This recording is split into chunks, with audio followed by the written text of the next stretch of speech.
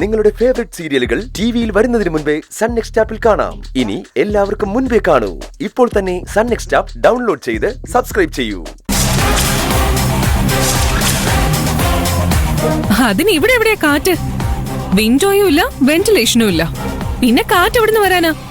വേഗം ഫയൽ എടുത്ത് എനിക്ക് താ.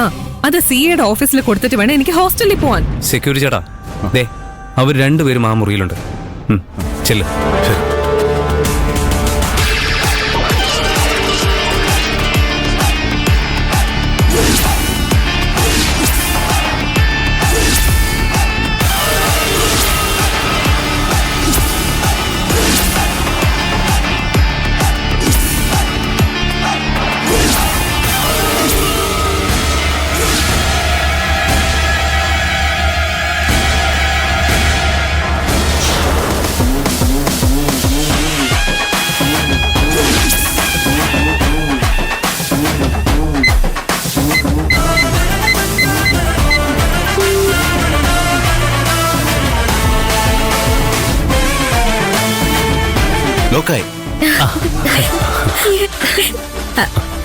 അവര് വാതില് തട്ടി വിളിക്കും, ബഹളം ഉണ്ടാക്കും. പക്ഷെ ചേട്ടൻ ആ ഭാഗത്തേക്കേ പോകരുത്.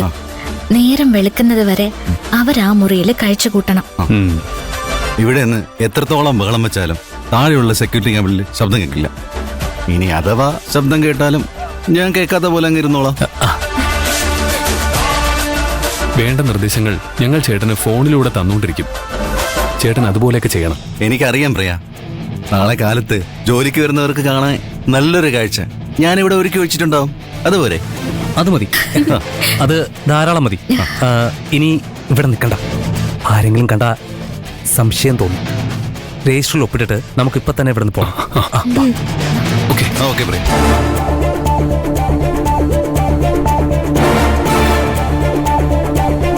മാഡം വിളിക്കുന്നു ആ പട്ടിക്കാട്ടുകാരി വന്ന് പറഞ്ഞപ്പോ അവളെയും പ്രിയനെയും ഈ കമ്പനിയിൽ നിന്ന് കെട്ടിക്കെട്ടിക്കാനുള്ള പുതിയ ഐഡിയ മാഡം കണ്ടുപിടിച്ചിട്ടുണ്ടാവുന്നു.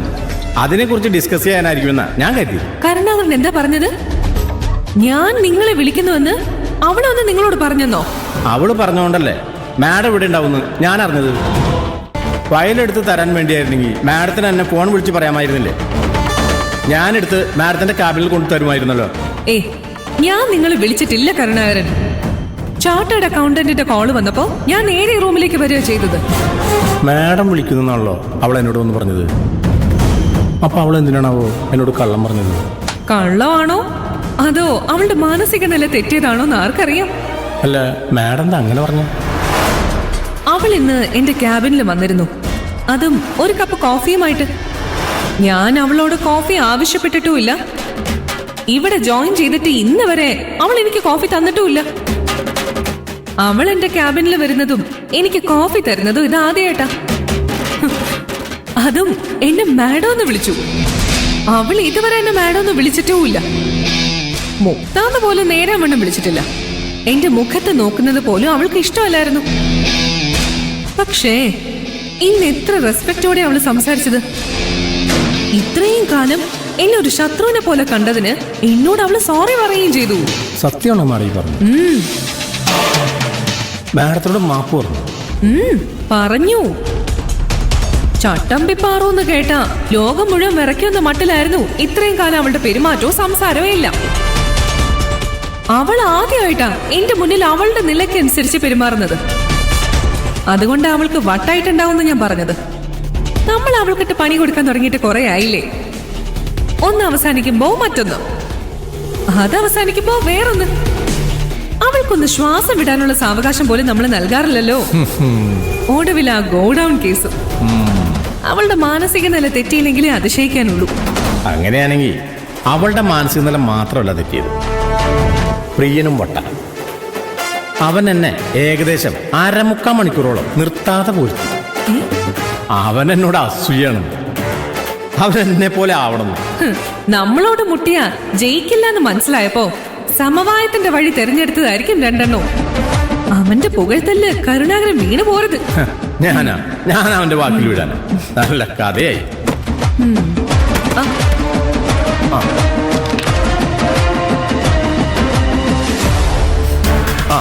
അഗർവാളിന്റെ ഫയല് ഇതാ മേഡം. സിയുടെ ഓഫീസ് 6:30 വരെ ഉണ്ടാവുള്ളൂ.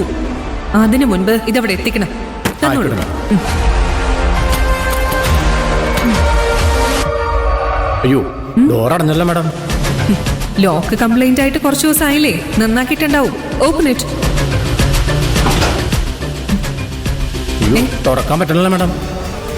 ഇതകത്തുനിന്ന് തുറക്കാൻ കഴിയില്ല, പുറത്തുനിന്നേ തുറക്കാൻ കഴിയൂ. സെക്യൂരിറ്റി വിളിക്ക്. ഡോർ ഓപ്പൺ ചെയ്യാൻ പറയൂ. Security, security. കരുണാകരൻ, ഇങ്ങനെ തൊണ്ട പൊട്ടിക്കാതെ അയാളെ ഫോണിൽ വിളിക്ക്.